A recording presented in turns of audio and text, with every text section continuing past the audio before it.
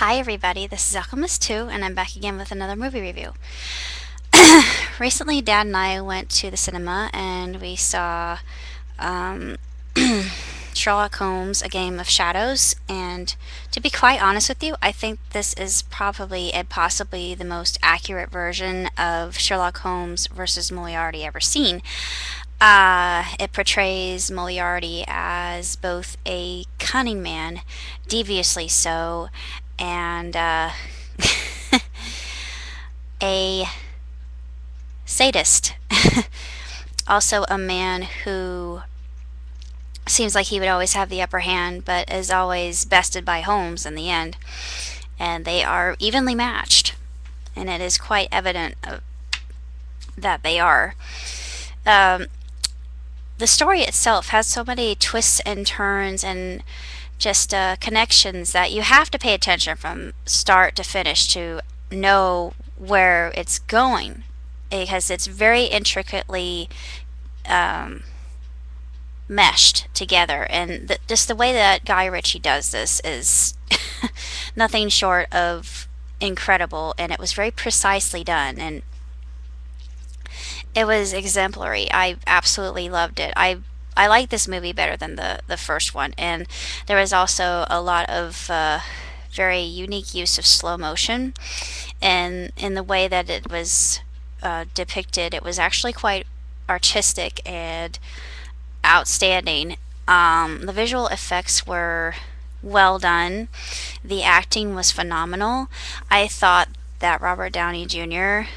is a very apt actor to play the role of Sherlock because he comes off as arrogant, cocky, conceited, a know-it-all, just the observant type who is a scholar, and he thinks that he has the answer to everything, but there are some times that his foresight fails him, and you get to see this, that he's surprised by the outcome of of his abilities, and it's very amusing. There was quite a bit of innuendo involved in this film, and I don't know if other people noticed it, but there were some lines that I think went over people's heads, and I completely got it. And I was laughing, and I think there were people behind me thinking, why is she laughing? And I thought, I don't want to tell you because it has to do with sex. Um, there were some scenes that I thought a lot of viewers would probably say, yes, this is the stuff of slash fix, but I was actually thinking a little bit of that myself, but I'm not the type. But if that's what floats your boat, then I don't hold it against you. It's to each their own, and whatever makes you happy. But as far as dynamic is concerned between the characters, it was just tremendous, and everything about this movie was just top notch. And I'm going to use a lot of British expressions here, but it was just crackerjack, and I absolutely adored it. I just completely I was completely engrossed in it from start to finish, which is, for me, in a film of this length, is a feat in and of itself, because there are times where I can get kind of anxious and I'm thinking it's dragging on a little bit, but this didn't have that. There weren't really too many lulls, if at any, whatsoever within the duration of the movie, and plus there were a lot of sequences that I thought were timed just spectacularly, and this movie is definitely a work of art and everything in it, and it had action, adventure, intrigue, plenty of intrigue. Um, One red herring. I knew that was coming. I knew the red herring was coming. I thought Moliarty's going to pull a fast one on him, and he did. I'm not going to say where, when, or how, but yeah, it occurs. Um, it's everything I expected in a Sherlock Holmes story, but better and just more true to what I think would the actual Sherlock would do. But I do admit that I have a special place in my heart for the original Basil Rathbone, just because I think that he was splendid, and he was probably the superior Sherlock. But that's just my opinion. But I do like Robert Downey Jr. and Jude Law, and I also thought that Stephen Fry was he was terrific. I loved him as Sherlock's brother, and I thought he couldn't have picked a better person. And of course, the actor who played Moliarty, oh good Lord Almighty, he was just spot on.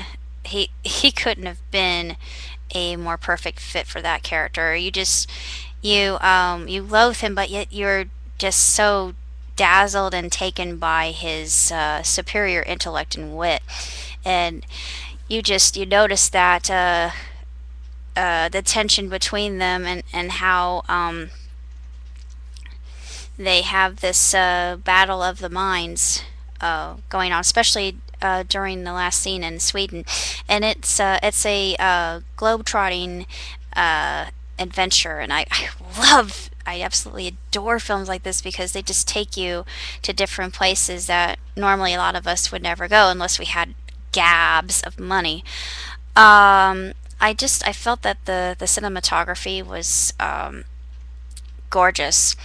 I felt that the music was in tune with I made it funny with the last installation. You had the theme song from the original, and I knew exactly who was responsible right away. It was Hans Zimmer. I recognized his style, just bang, right right at the start. I knew that's got to be Zimmer, and I was right. Um, they had some classical music involved, which was really enjoyable for me. Um, it was uh, it was really a lot of fun and really entertaining, and it had some heart in it as well. It was when you go to the films and you're expecting a movie that's going to be lighthearted and fun and just is an escape. This is like that, but it also has a hint of heart in it, and something that really took my attention right away. Instead of one of those moments where I'm crying and I feel, oh, I'm so terribly touched. This was, oh God, no, Holmes, but I just cried like a baby. I was literally shaking because I was crying so hard.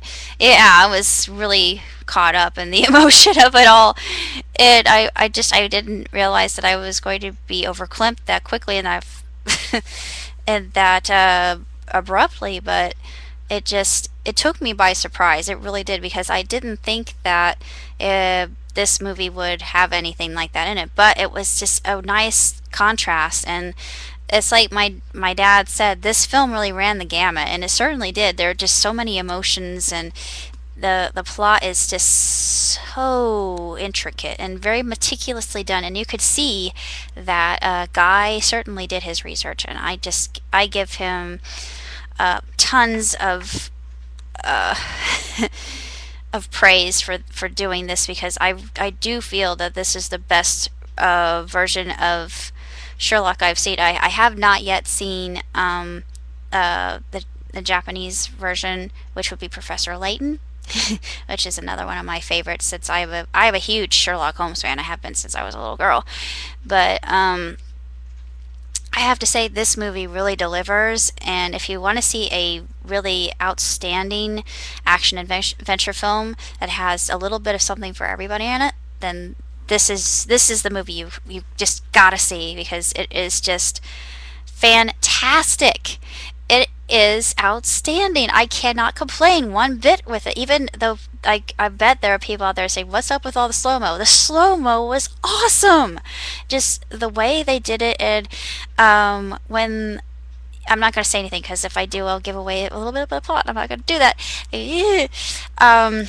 But beyond that, I just have to say, if you're an aficionado of Mr. Downey, then definitely, well, Jude Law too, and of Mr. French, go see this film. Or if you just enjoy Guy Ritchie, you'll love this movie. It's just nothing short of phenomenal, and the action is intense. intense, and just there's plenty of explosions and guns and earthquakes and moments that'll just make you grip your your legs and thinking, ah.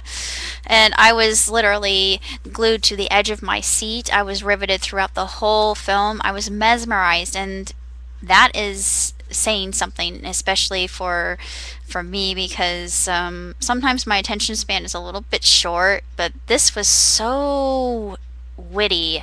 This was so intelligently done, very smart, very slick. Um, I see I see no fault in it. I see no flaws.